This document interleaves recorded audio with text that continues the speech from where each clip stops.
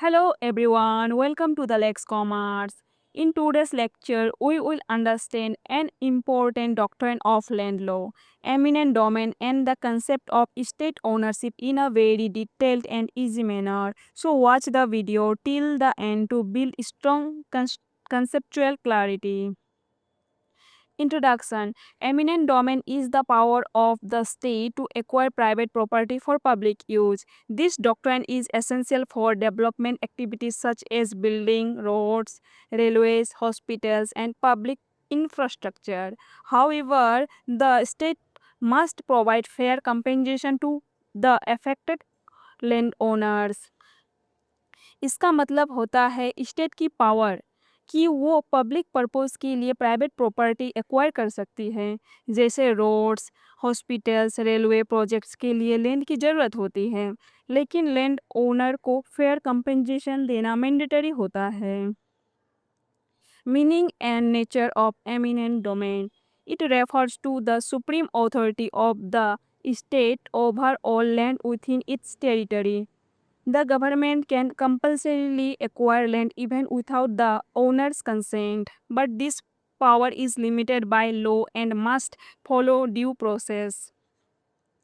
Eminent domain का nature compulsory होता है, यानी लो ओनर की कंसेंट ना हो तब भी गवर्नमेंट लैंड ले सकती है, लेकिन ये पावर लीगल लिमिट्स के अंदर ही एक्सरसाइज होता है.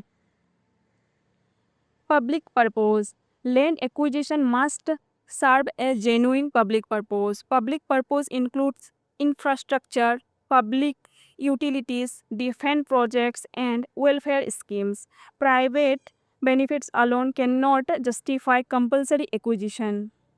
पब्लिक पर्पस सबसे इम्पॉर्टेंट कंडीशन है. सिर्फ किसी प्राइवेट कंपनी के फ़ायदे के लिए लैंड एक्विजिशन नहीं हो सकता. सोसाइटी के ओवरऑल बेनिफिट का होना जरूरी है. Just compensation. Fair compensation must be paid to land owners. It is generally based on market value and may include additional benefits like rehabilitation. Land acquisition के बाद ओनर को पैसा मिलता है, जिसे कंपेंसेशन कहते हैं. ये मार्केट वैल्यू के अकॉर्डिंग होता है. कई बार रिहेबिलिटेशन भी दिया जाता है. Due process of law. Acquisition must follow legal procedures such as notice, hearing, and transparency. Failure to follow due process can invalidate acquisition. Government को नोटिस देना होता है और ऑब्जेक्शन सुनने होते हैं. अगर प्रोसीड्यूर फॉलो नहीं हुआ तो एक्विजिशन इलीगल हो सकता है.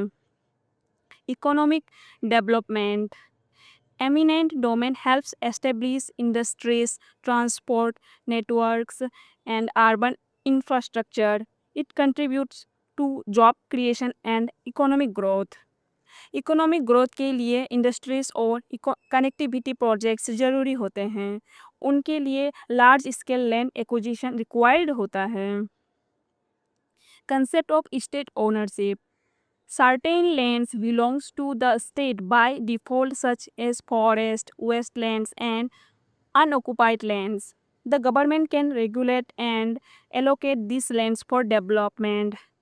स्टेट ओनरशिप का मतलब है कुछ लैंड्स पहले से ही गवर्नमेंट के होते हैं, जैसे फॉरेस्ट लैंड्स या अनयूज्ड लैंड्स.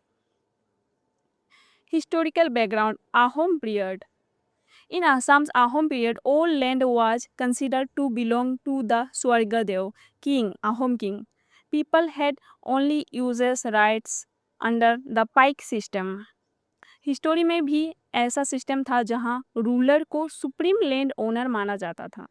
लोग सिर्फ यूज कर सकते थे, पर ओनरशिप रूलर की ही होती थी. Criticism of eminent domain.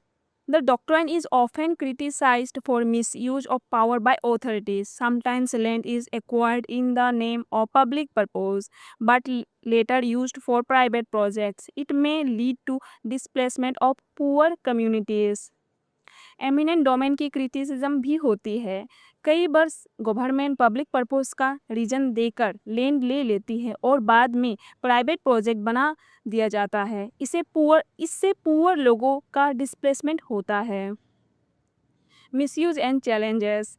Lack of proper compensation and delays in payment create disputes. Forced acquisition without proper rehabilitation causes social unrest. Transparency issues also reduce public trust. Misuse तब होता है जब compensation late मिलता है या adequate नहीं होता। Rehabilitation ना मिले तो लोग प्रोटेस्ट भी करते हैं। Recent law, Land Acquisition Act 2013, the right to fair compensation and transparency in land acquisition, Rehabilitation and Resettlement Act 2013 was enacted to protect landowners. It ensures higher compensation, social impact assessment, and consent requirements in certain cases. Recent development में 2013 का act बहुत important है। इसमें compensation ज़्यादा दिया जाता है और सोशल इम्पैक्ट असेसमेंट मैंडेटरी होता है।